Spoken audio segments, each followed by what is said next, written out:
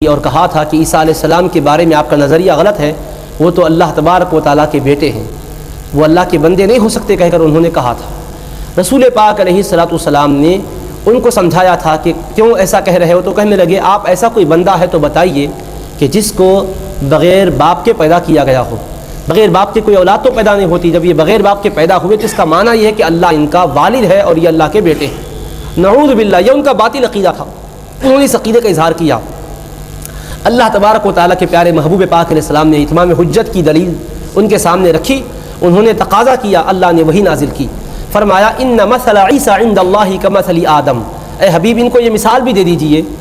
وہ یہ کہہ رہے ہیں کہ کیا ایسا کوئی بندہ بھی ہے جو بغیر باپ کے پیدا ہوا ہے، تو آپ فرما دیجئے بے شک عیسیٰ علیہ السلام کی اللہ کی بارگاہ میں مثال ایسی ہے جیسا کہ آدم کی مثال ہے۔ خلقہ من تراب، اللہ نے ان کو مٹی سے پیدا کیا، تم تو عیسیٰ کو بغیر باپ کے پیدا ہونے کی بنیاد پر خدا کا بیٹا کہتے ہو، تو حضرت آدم تو بغیر باپ اور ماں کے پیدا ہوئے، پھر کیا کہو گے؟ ان کو بھی تو تم اللہ کا بیٹا نہیں مانتے، تو یہ تمہارا عقیدہ باطل ہے۔ اللہ تبارک و تعالیٰ نے اس کو واضح کرنے کے بعد فرمایا فمن حاجک فیہ من بعد ما جاءک من العلم، اے میرے حبیب اب اس کے بعد کوئی اگر آپ سے بحث کرنے کے لیے آ جائے، کوئی آپ سے مناظرہ کرنے کے لیے آ جائے، کوئی اگر آپ سے کٹ حجتی کرنے پر آمادہ ہو جائے، تو آپ برملا اعلان فرما دیجئے، فقل، آپ فرما دیجئے تعالوا، آؤ تم بھی آ جاؤ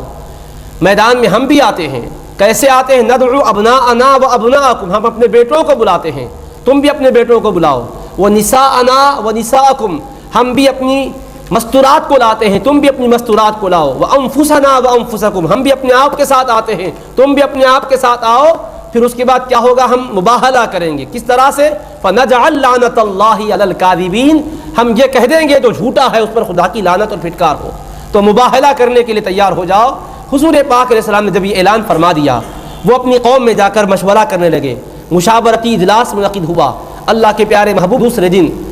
وقت مقررہ پر میدان میں تشریف لے جا رہے ہیں، اس حالت میں جا رہے ہیں کہ حضرت علی مرتضی آپ کے پیچھے ہیں، حضرت فاطمہ الزہرا ان سے پیچھے ہیں، اور حضرت امام حسن سرکار کے سیدھے مبارک ہاتھ کی انگلی شریف کو پکڑے ہوئے ہیں، امام حسین کو آقا اپنے گود میں لیے ہوئے ہیں، اور یہ نورانی قافلہ سوئے میدان رواں دوا ہے۔ اس وقت عیسائیوں کا پادری جب یہ منظر دیکھا تو اپنی قوم سے کہنے لگا یا قوم انی لارا وجوہا،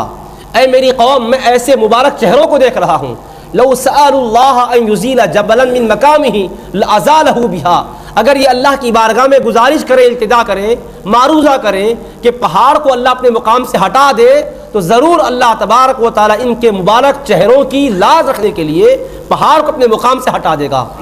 تو کس سے مقابلے کے لیے تم میدان میں آنا چاہتے ہو؟ یہ وہ مبارک اور نورانی چہرے ہیں، ان کے چہروں کا دمک کا انداز بتا رہا ہے، چہروں کی نورانیت بتا رہی ہے، چہروں کی ذوفشانی اور تابناکی بتا رہی ہے کہ یہ اللہ کی بارگاہ میں اتنے مقدس ہیں، اتنی شان والے ہیں، اس قدر اللہ کی بارگاہ میں ان کا رتبہ اور مقام ہے۔ اگر یہ اللہ سے عرض کر دے پہاڑ اپنے مقام سے ہٹ جائے تو یقیناً اللہ پہاڑ کو اس مقام سے ہٹا دے گا۔ لہٰذا کیا کرنا؟ فلا تبتہلوا، میدان میں مباہلے کے لیے مت آؤ، اگر تم ان کے مقابلے میں میدان میں اتر آؤ گے فتہلکوا جمیعا، سارے کے سارے نیست و نابود ہو جاؤ گے، کوئی ایک بھی باقی نہیں رہے گا۔ پھر کہا ولم یبقى نصرانی علی وجہ الارض الی یوم القیامہ، قیامت تک روئے زمین پر ولا یبقى، کوئی ایک عیسائی بھی باقی نہیں رہے گا، سارے کے سارے ختم ہو جائیں گے، نسلیں تباہ ہو جائے گی۔ لہٰذا میرا مشورہ یہی ہے کہ تم لوگ باز آ جاؤ اور صلح کی درخواست کر لو۔ اگر مباہلے پر آمادہ ہو جاؤ گے اور تم سمجھو کہ ہم بھی اپنے حق پر اپنے بچوں کو لے کر جاتے ہیں، اپنی بیویوں کو لے کر جاتے ہیں، خود ہی میدان میں اترتے ہیں، تو یاد رکھنا ان سے مقابلہ نہیں کر سکو گے۔ تو اس کی کیا حکمت ہے؟ پیارے آقا علیہ السلام کی ایک ذات اقدس کیا ان سے گفتگو کرنے کے لیے کافی نہیں تھی؟